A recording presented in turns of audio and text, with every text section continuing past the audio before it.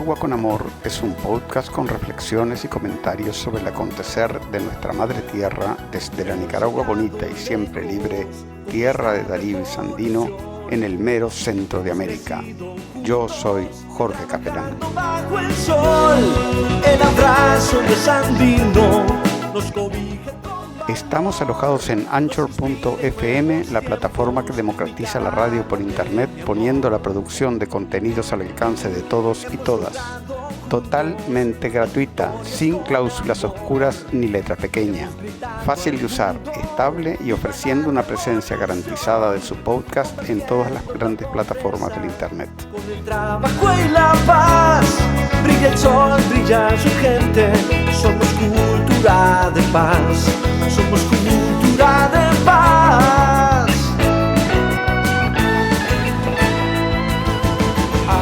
Avanzamos juntos, cosechando amor. Trabajamos juntos con la bendición de Dios. Adelante, comandante, vamos a vencer, lo sabes. Adelante, militante, vamos. Bueno, y en este episodio de Managua con Amor tenemos otra vez el honor de entrevistar al compañero Camilo Mejía desde Miami, Florida. Bienvenido, hermano, a De Managua con Amor. Gracias, Jorge, un placer estar en el programa otra vez. La idea era ver si podíamos abordar la problemática de la pandemia de COVID-19, sobre todo la situación en los Estados Unidos, ¿no? Y un poco también ver el significado de toda esta crisis a nivel mundial. La última vez que hablamos fue sobre las elecciones de las internas las primarias de los demócratas. Pero ya eso parece como que fue algo de un pasado bastante lejano, a pesar de que fue solamente hace un par de meses. Bueno, sí, Sanders capituló, pero al mismo tiempo el COVID-19 ha eclipsado todo lo demás. Tienen allá en Estados Unidos 847,000 casos confirmados de COVID-19, 47,000 muertos. ¿Cómo está la situación? Empecemos por lo más cercano, pues. ¿Cómo está la situación en Miami en estos momentos? ¿Tienen medidas fuertes de confinamiento ustedes allá? ¿Cómo funciona todo? Sí, pues mira, está un poco contradictorio, porque el presidente Trump anunció que quería abrir el país otra vez el 1 de mayo, y eso generó una serie de conflictos internos entre algunos de los gobernadores, también a nivel local, algunos de los alcaldes que tienen la autoridad para decidir si levantan o no levantan el toque de queda y dejan que la gente vuelva a trabajar y que se normalice todo. En el caso del estado, de la Florida, el gobernador DeSantis parece estar más al lado de Trump. El condado Miami-Dade también parece estar al lado de Trump. El alcalde de nosotros, Carlos Jiménez, es un candidato al Congreso por parte del Partido Republicano y parece que él ha estado de acuerdo con Trump, mientras que el alcalde de la ciudad de Managua quiere mantener la ciudad cerrada. Sí, de la ciudad de Miami. El pueblo quiere mantenerlo cerrado, exactamente. La ciudad de Miami está dentro del condado, que incluye aproximadamente 34 municipalidades. Sí. Pero obviamente la ciudad de Miami y la ciudad de Miami Beach son dos de las ciudades más fuertes dentro del condado, pero el que está a cargo de todas las municipalidades es el alcalde del condado, que es Carlos Jiménez. Entonces, Carlos Jiménez quiere abrir el aeropuerto, quiere que todas las cosas vuelvan a la normalidad, mientras que el alcalde de la ciudad de Miami quiere continuar con la cuarentena y en casa, etcétera. Para darte una idea, el condado de Miami tiene aproximadamente 34 municipalidades y un poco menos de 3 millones de habitantes. Que la ciudad de Miami tiene aproximadamente como 500,000 habitantes. Sí. Bastante más pequeño, pero con una gran importancia económica. Entonces, eso es lo que estamos viendo a nivel político. A nivel de la enfermedad, realmente no se está viendo mucho. Nosotros hemos ido a varios hospitales y no solamente normal, sino que menos actividad mal, porque están dejando ir a un montón de personal médico no esencial. Entonces los hospitales están muertos, totalmente. Y en términos de lo que estamos viendo, pues yo le he estado poniendo bastante atención a las figuras, a las cifras. Sí. Y no parece ser que haya habido un incremento de muertes. Sí. Lo que está pasando también bastante es que se está manipulando mucha información. Obviamente hay un virus, obviamente la gente está muriendo, obviamente hay que tomar precauciones, etcétera. Pero en términos de el número de muertos por enfermedades crónicas, por cáncer, por cuestiones pulmonarias, por cuestiones de diabetes, etcétera, no ha incrementado. Sí. O sea, si hay un peligro de que la gente muera por un virus, sobre todo gente mayor, gente con infecciones, etcétera, sí, no es un peligro ni mayor ni menor al peligro del año pasado, el año antepasado, etcétera. Sí. Entonces yo recibo los reportes del condado diarios, y lo que ellos reportan es muertes relacionadas al COVID-19. Sí. Ellos no están realmente cerciorándose de que la gente está muriendo Sí. COVID o no. Me imagino que mucha gente se está muriendo de enfermedades pulmonares, Claro. y por la gripe común, pero no se está haciendo un buen trabajo en diagnosticar Claro. muertes. Se están relajando bastante los criterios, por ejemplo.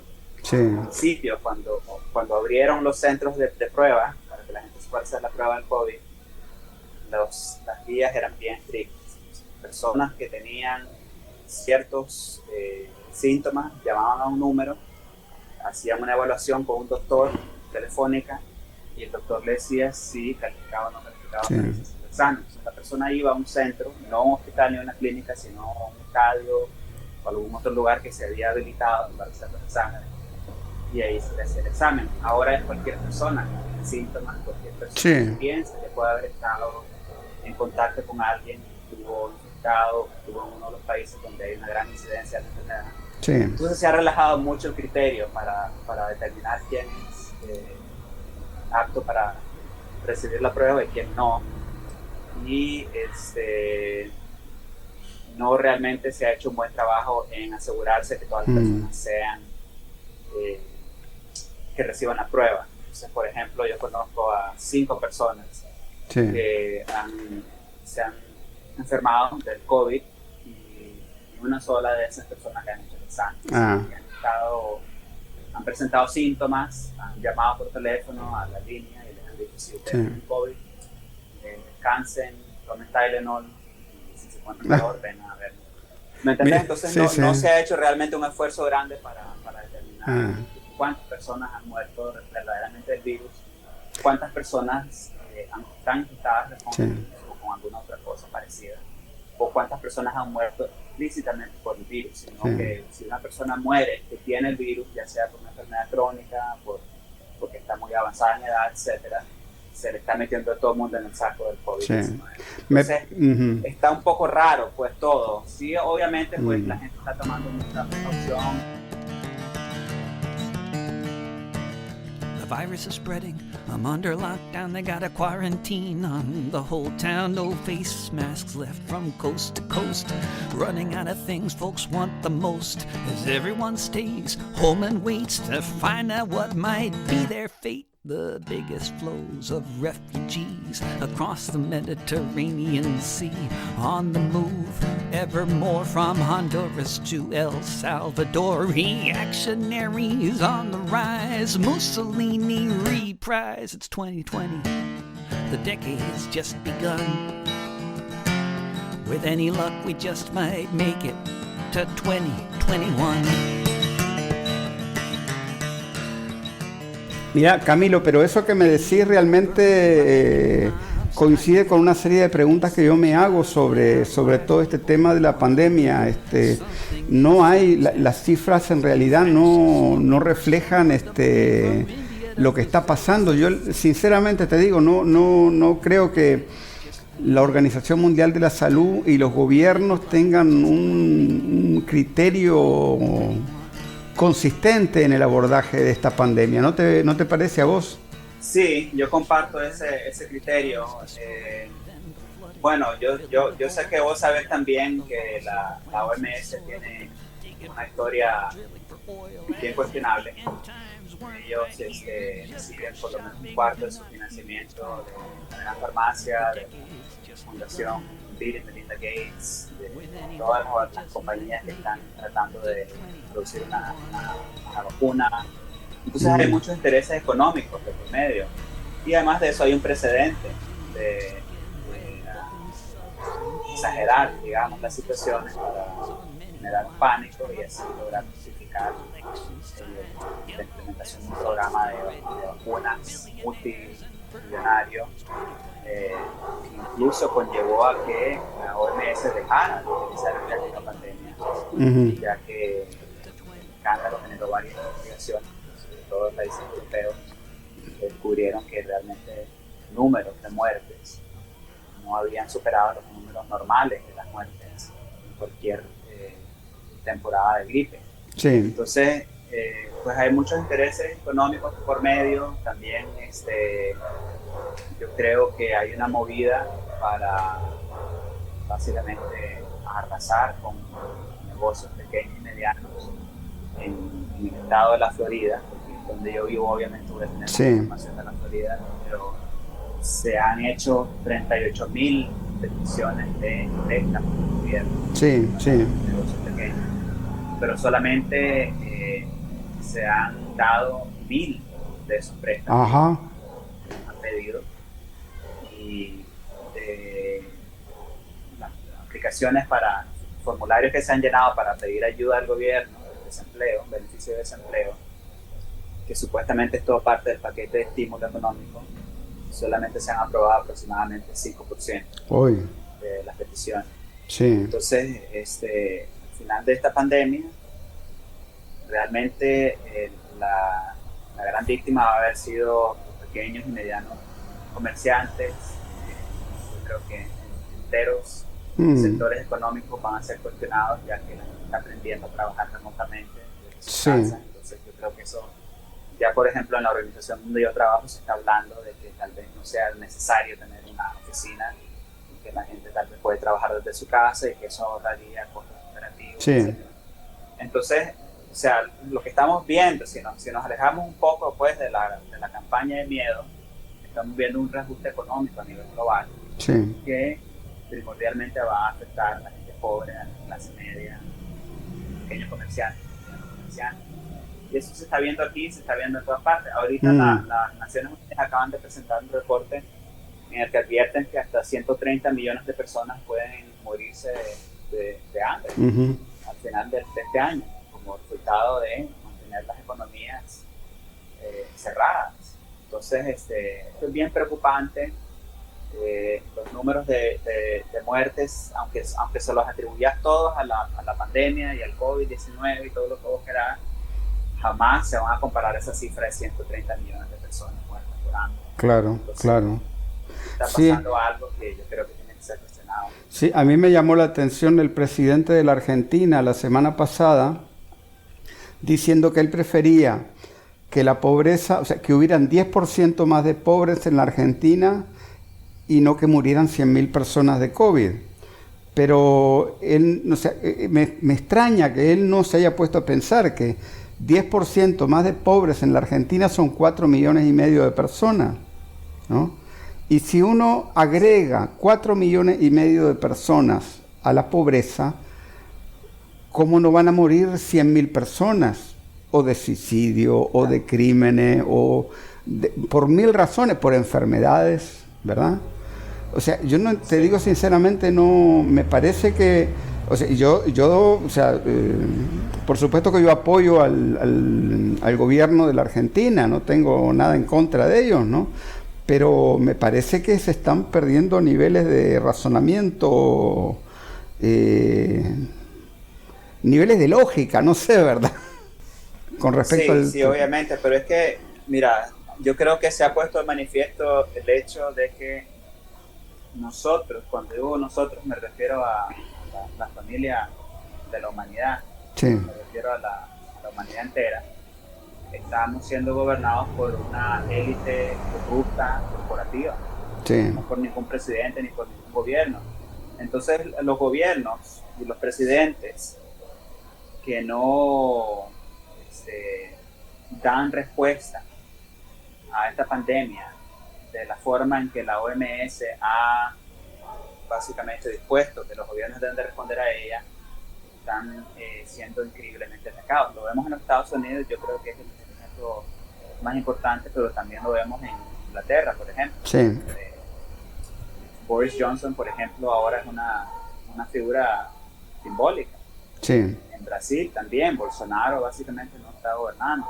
En Estados Unidos también Trump está siendo atacado porque quiere reabrir la economía. Entonces, no es así nomás que un presidente puede decir que esto es una farsa o que aquí hay gato encerrado, ¿entendés? O sea, tiene que manejarse con mucho cuidado. Yo creo que en Argentina no se está cerrando la economía completamente, sino que se está trabajando con ciertos sectores. Me parece que en México están haciendo algo parecido. Entonces, yo no sé exactamente cuáles son motivos de cada presidente, pero yo sí entiendo que los líderes de los estados están bajo muchísima presión. Sí. Sí, un caso que yo conozco más o menos es el de Suecia, que también fue uno de los pocos países de Europa que no cerró el país, pues no impuso cuarentena, sino que más bien dio lineamientos, consejos, recomendaciones a la población, pero no puso ninguna ley, ¿no?, de cerrar el país, ¿no? Pero ahí el epidemiólogo del gobierno es objeto de unos ataques feroces de los medios, ¿no? Y incluso en la misma televisión pública lo atacan a él como si fueran periodistas de la oposición, en realidad una cosa bastante extraña, ¿no? Y sí, ¿no?, ciertamente que la línea oficial es cerrar cerrar el mundo prácticamente. Claro. Aunque la misma OMS ya admitió que países más pobres no están en la posición realmente para cerrar las economías, porque eso significa pues disparo de los índices de miseria y claro, etcétera. Entonces esto es algo que ya está reconocido. Claro. Pero yo creo que eso es algo que también va a impactar a los países desarrollados. O sea, sí, aquí sí. en Estados Unidos básicamente están acabando con los pequeños y los medianos comerciantes, con los pequeños y medianos negocios, y los que están sobreviviendo lo están haciendo a través de las deudas, que eso es algo que también lo podemos ver en los países.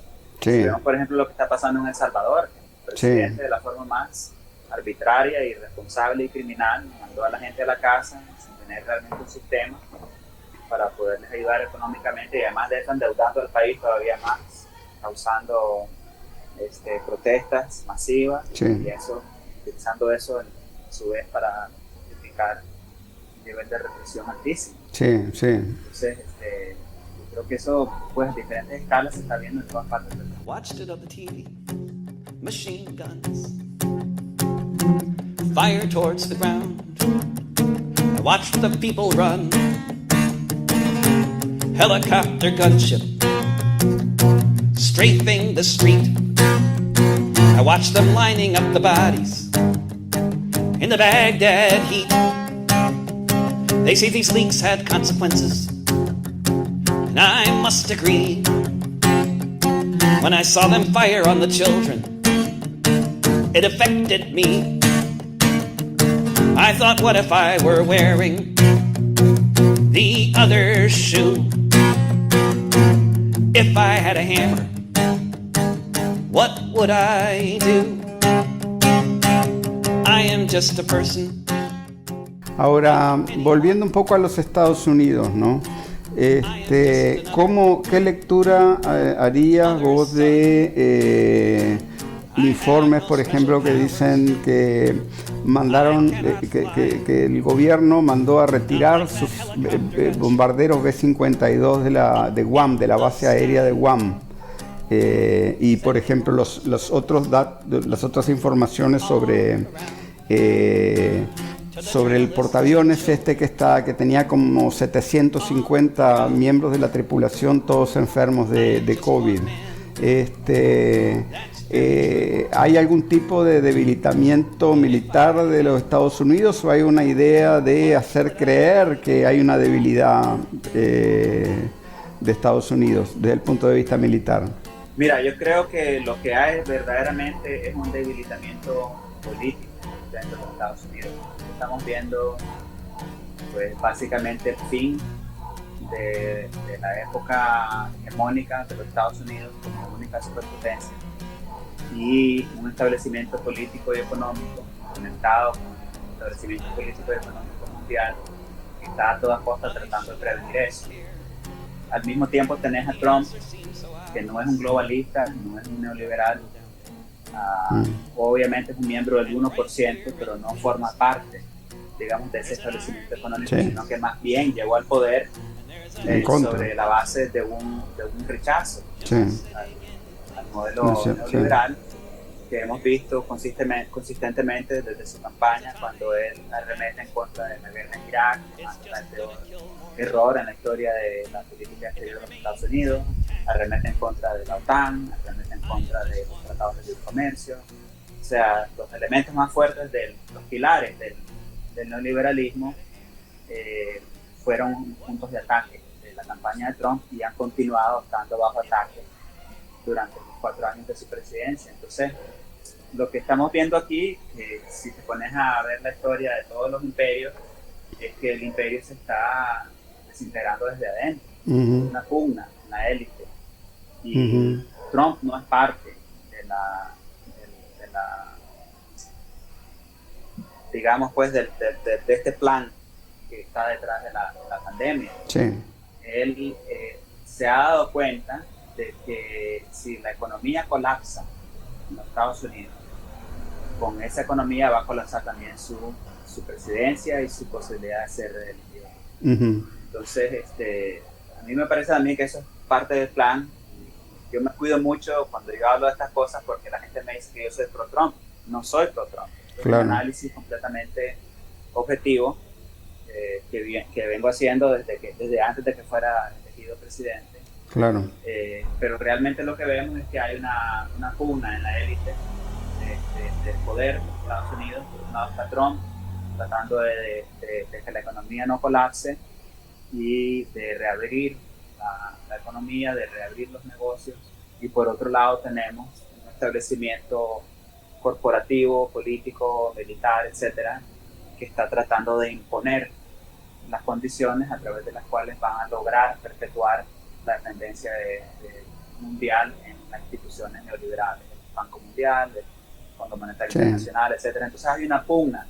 Entonces estos son momentos bien interesantes porque no podés realmente decir que los Estados Unidos está tomando esta posición o aquella posición, sino que lo que estamos viendo es que hay un vaivén, ¿no? Hay diferentes intereses luchando en contra uno del otro.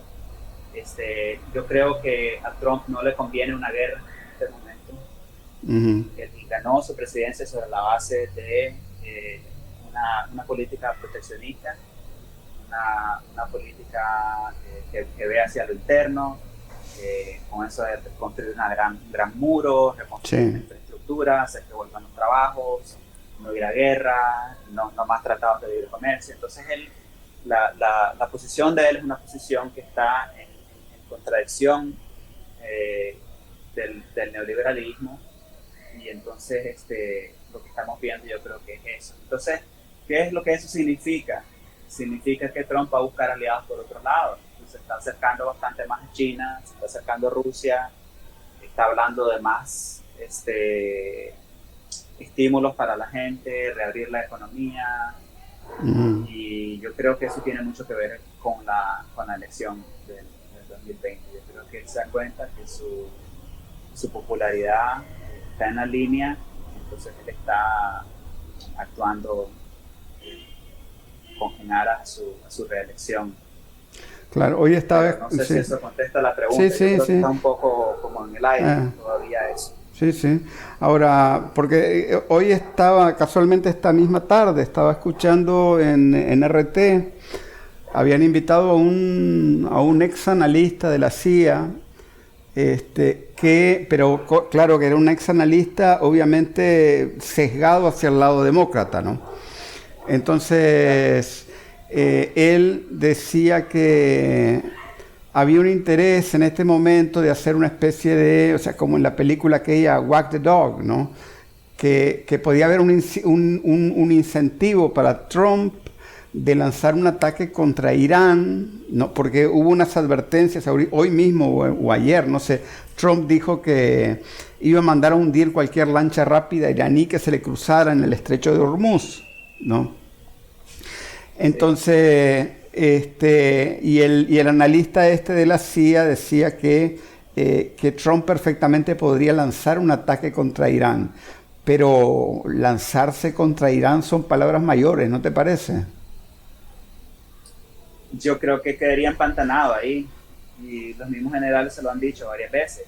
Yo creo que no está dentro de su interés político empantanarse en una guerra justo antes de la elección y en medio de una pandemia. Sí, claro. Pero es posible, ya hay precedentes alrededor de eso. Cuando un presidente ve su popularidad decaer, que ellos busquen cómo crear algo, ¿no? Una diversión, sí.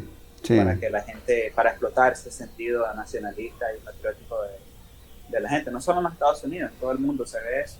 ¿Crees vos que podría lanzarse, ¿crees vos que podría lanzarse en una aventura contra Venezuela o contra Cuba? Una guerra no creo.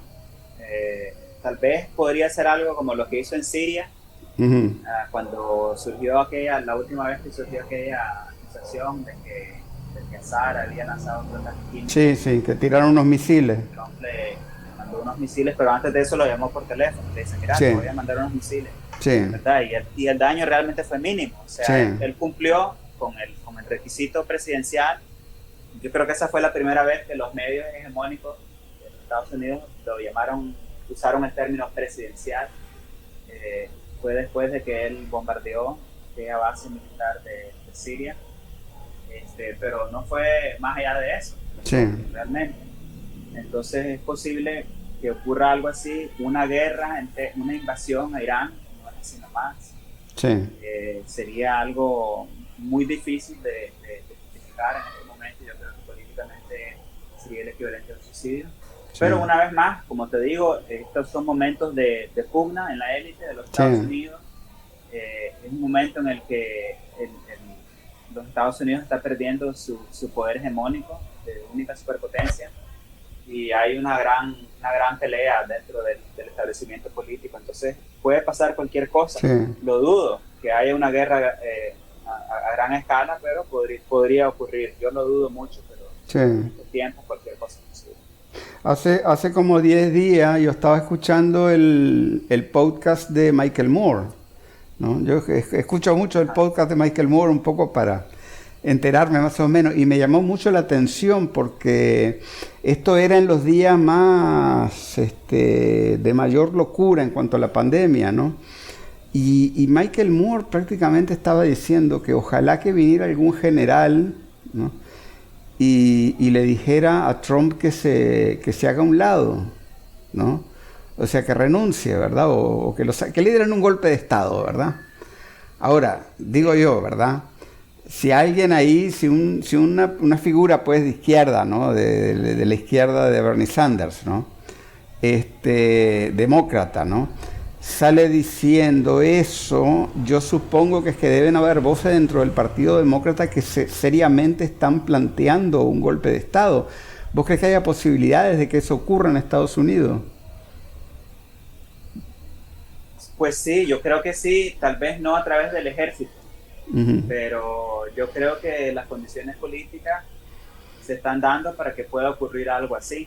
Yo creo que el contexto del COVID-19 es perfecto para hacerlo de un lado y que ocurra algo parecido pues básicamente lo que acabas de descubrir fue lo que pasó en Brasil. Ajá, claro. Una junta militar, no llamada junta militar, liderada por un general, básicamente hizo a un lado al presidente y ahora básicamente es una figura simbólica. Claro. Podría ocurrir algo así. Trump es una figura muy fuerte también, no es Bernie Sanders ni es Obama. Trump es un bulldog, ¿verdad? Entonces no sería tan fácil hacerlo a un lado como lo es hacer a un Boris Johnson o incluso a un Bolsonaro. Claro. Trump no viene realmente de una clase política, no es el tipo de político que le debe su carrera a los grandes intereses económicos, sino que más bien él estaba del otro lado. La primera carrera política en su vida fue la presidencia y él la ganó. Sí. Antes de eso él era parte del establecimiento económico que controla el establecimiento político. Entonces, pues es muy difícil, ¿no?, jalarle las cuerdas a una persona así. Es como te dije en la última entrevista, es una bestia apocalíptica, de esas que surgen al final de una era. Entonces, pues no sería tan fácil realmente empujarlo y hacerlo de un lado. Yo creo que sería una movida política muy arriesgada, porque a pesar de lo que promueven aquí, la narrativa promueven los medios hegemónicos, Trump tiene una base fuertísima realmente. Eso la gente no lo está viendo, pero realmente hay una gran cantidad de protestas masivas a favor de Trump y en contra del encierro, en contra de la cuarentena. Y si vos ves las noticias, vos lo que ves son gente del Ku Klux Klan y son gente pues, neofascistas, neonazis, etcétera. Pero si pones atención, realmente hay un montón de gente que son dueños de pequeños negocios donde han puesto sus vidas, han pertenecido a su familia por muchas décadas, ¿entendés? Por muchas generaciones que ahora están viendo esos negocios básicamente irse a la quiebra y no están realmente viendo una justificación verdadera para que se destruyan todo eso, y esa gente también está saliendo, ¿me entiendes? O sea, no es realmente una base únicamente blanca, ignorante, racista, que es lo que se ha hecho creer a la gente que es la base de Trump. Sí, es verdad que esa es una gran parte de la base popular de Trump, pero también es verdad que incluso en la elección del 2016 se puede ver esto, que incluye trabajadores de sindicatos, por ejemplo, gente que ha perdido trabajo gracias a la globalización, cuando las compañías se han ido a otros países en desarrollo para abrir fábricas ahí y pagar menos.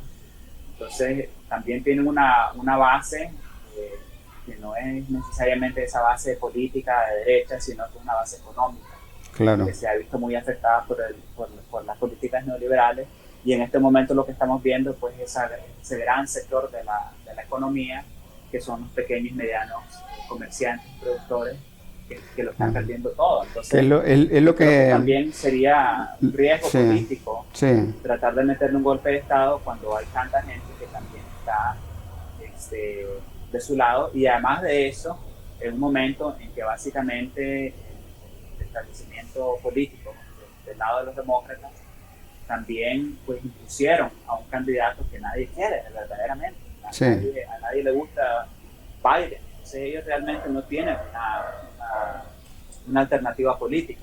Trump. Entonces yo creo que sería una movida muy arriesgada, pero como te digo, como estamos en tiempos extraordinarios, podría ocurrir.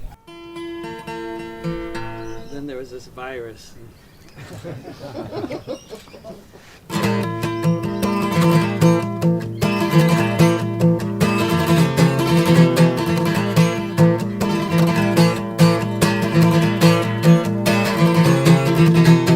When you're working 2 jobs and living in a tent, when a house costs $1 million and you can't pay the rent, when politicians say they'll help but it keeps getting worse each time the landlord lobby pulls the strings of the purse, when the human right to housing isn't even part of the debate, you know you're living in a failed state.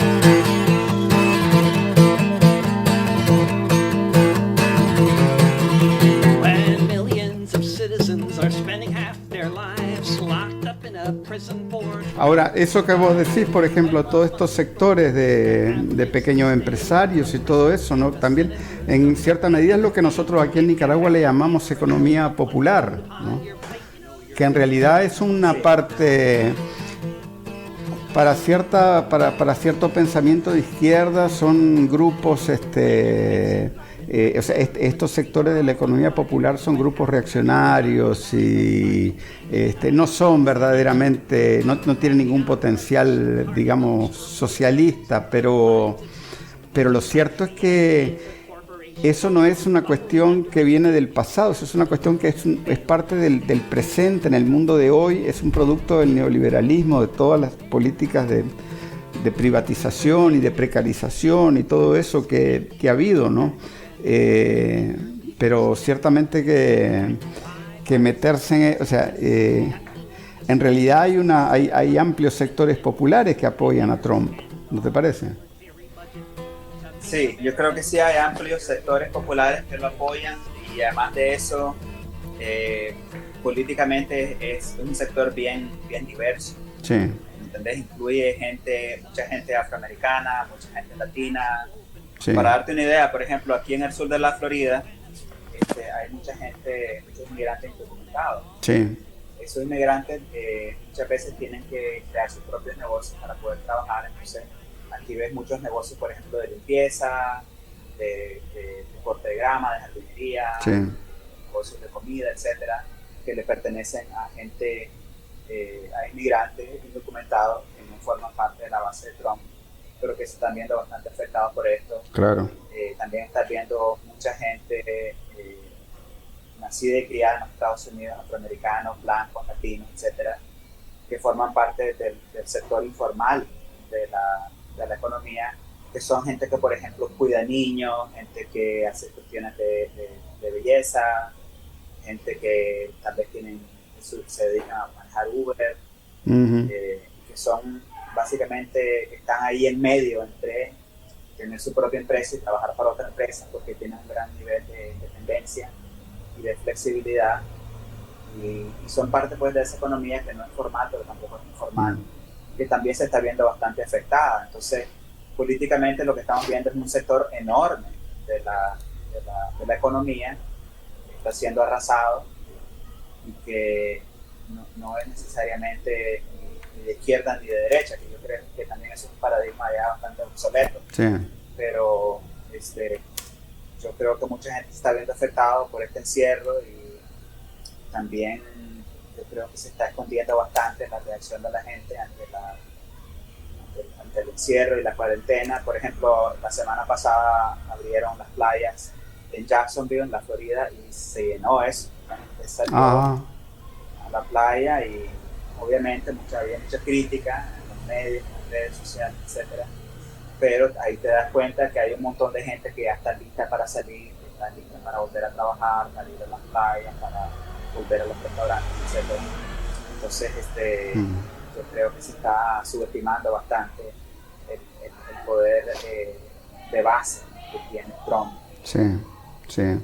Y mira, y sobre la situación, o sea, todo lo que es la relación entre el gobierno, o sea, Trump y los gobernadores de los estados, y también entre el gobierno central, el gobierno federal y los mismos estados, porque, por ejemplo, ¿no? En días pasados Trump salió diciendo que los gobernadores no tenían iniciativa para ver cómo hacer más test de la COVID-19 en sus estados, ¿no?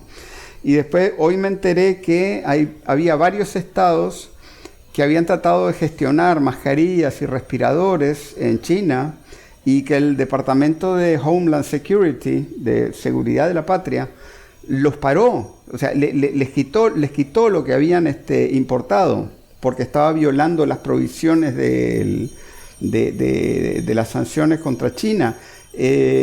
¿Cómo ves vos este tipo de contradicciones? ¿Se irán agudizando? ¿Hay peligro de algún tipo de guerra civil incluso en los Estados Unidos?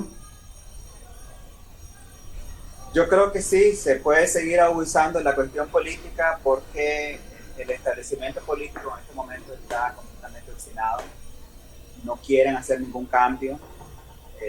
Trump ganó sobre una plataforma de rechazo al neoliberalismo y es como que si eso no hubiera pasado. O sea, ellos no quieren hacer ningún cambio, ellos no quieren dejar de privatizar, no quieren dejar de recortar los servicios sociales, los programas, etcétera. No quieren revitalizar la economía. mira, pues, por ejemplo, en Nicaragua, cómo hicimos después del intento fallido de golpe. No dejamos de invertir en la salud, no claro. dejamos de invertir en la educación, no dejamos de invertir en la infraestructura. Hasta días después de que terminó lo peor de la crisis, estábamos inaugurando puentes, inaugurando hospitales, clínicas, etcétera. Y eso yo creo que revitalizó la economía increíblemente. El establecimiento político en Estados Unidos no quiere realmente efectuar ningún cambio en respuesta al sufrimiento que ha causado el neoliberalismo en la economía de los Estados Unidos. Entonces, los republicanos, por otro lado, yo creo que tampoco están muy de acuerdo con la plataforma político-económica de Trump, pero sí se dan cuenta que la gente políticamente está en otro lado. Sí. Entonces ellos responden más a las presiones de Trump, a las posiciones de Trump, al liderazgo de Trump, mientras los demócratas, bueno, Bernie Sanders es un ejemplo perfecto de eso, siempre ceden ante las presiones impuestas por sus amos económicos. Entonces, yo creo que políticamente se está viendo una situación bastante interesante que no va a terminar con Trump. Pase lo que pase en las elecciones de este año, yo creo que la gente, al igual que en todas partes del mundo, va a continuar rechazando las políticas neoliberales que están causando tanto daño a la economía y en diferentes ámbitos de la vida en los Estados Unidos. Entonces, yo creo pues que esa es una realidad que el establecimiento político no ha logrado asumir y que es algo que se va a seguir agravando. Ya sea Trump o ya sea algún otro populista, ya sea de izquierda o de derecha, van a ser los que van a acaparar más el voto popular y la popularidad política, porque aunque sea de un ángulo de derecha o de izquierda, están cuestionando las políticas económicas que están castigando a la mayor parte de la gente en este país. Entonces eso es como yo veo el panorama político. Sí. Bueno, yo espero que dentro de algunas cuantas semanas podamos tener oportunidad de seguir hablando sobre esto, porque la coyuntura como está ahorita, pasan 2-3 semanas y es como que hubieran pasado 2-3 meses o tal vez un año, ¿verdad?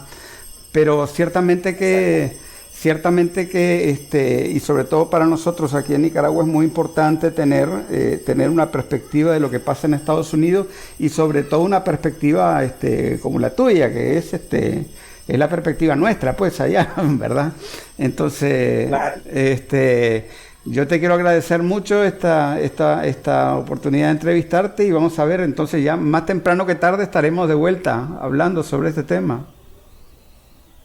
Sí, claro que sí, Jorge. Para mí siempre es un placer y un privilegio poder conversar con vos y poder mantener a nuestro país informado sobre lo que está pasando aquí, porque lo que pasa aquí tiene repercusiones en todas partes, especialmente en nuestros países que permanecen en la mira de los Estados Unidos, por razón de nuestro gobierno revolucionario. Entonces, de cualquier forma que yo pueda aportar un poco a nuestro país, ya sea con un análisis político o de cualquier otra forma, para mí siempre va a ser un gran placer, un privilegio y un deber. Bueno, muchísimas gracias y un gran abrazo, hermano. Igualmente, un abrazo a vos también.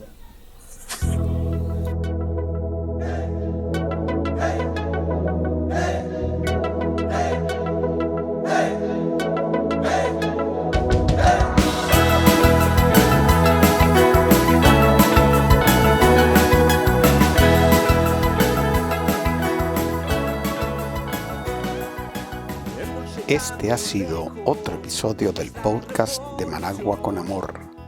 Más temprano que tarde estaremos de regreso con reflexiones y comentarios sobre el acontecer de nuestra madre tierra desde la Nicaragua bonita y siempre libre, tierra de Darío y Sandino en el mero centro de América. Hemos logrado juntos las victorias con amor. Hemos gritado al mundo, ¡viva la revolución! Combatiendo la pobreza, con el trabajo y la paz. Brilla el sol, brilla brilla su gente. Somos cultura de paz, somos cultura de paz.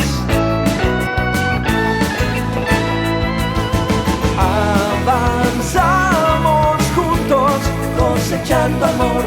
Trabajamos juntos con la bendición de Dios. Avanzamos juntos, cosechando amor.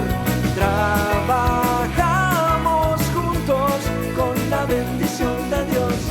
Con el frente, ayer y hoy, santimista siempre soy. Nicaragua, sos mi amor, cada día.